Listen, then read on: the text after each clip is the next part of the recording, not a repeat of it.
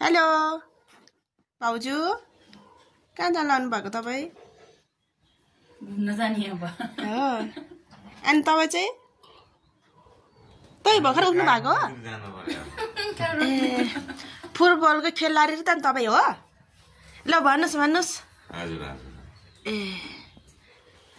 Oh my God तपाईँ भर्खर football खेलेर आउनु भएको हो? हजुर भर्खर फुर्सदबाट ए ए ओके थ्याङ्क यू हजुरले यति भनिदिनु भएकोमा।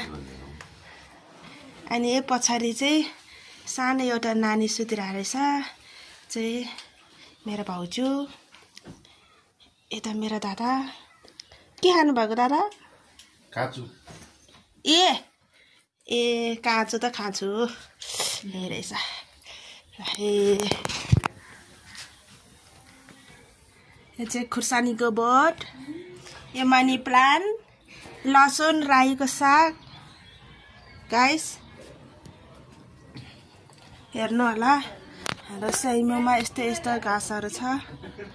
लाइक सब्सक्राइब गरिदिनु होला प्लिज मेरो दादाको युट्युब च्यानलमा। यो चाहिँ लसुन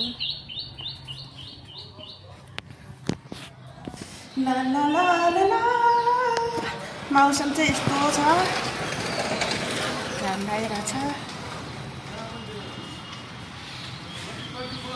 यो चाहिँ रानीपान हो, रानीवन। अनि त्यो माथि सिङ्गल्टी भन्ने धारा टी हो। अनि यता यो यहाँ चाहिँ पानधारा हो। यता चाहिँ सैम्बु चौक हो गाइस।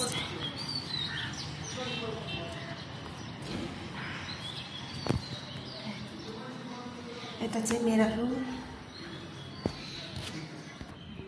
यो चाहिँ दाइको रुम। भिडियो गर्ने मान्छे चाहिँ म हो गाइस। फेरि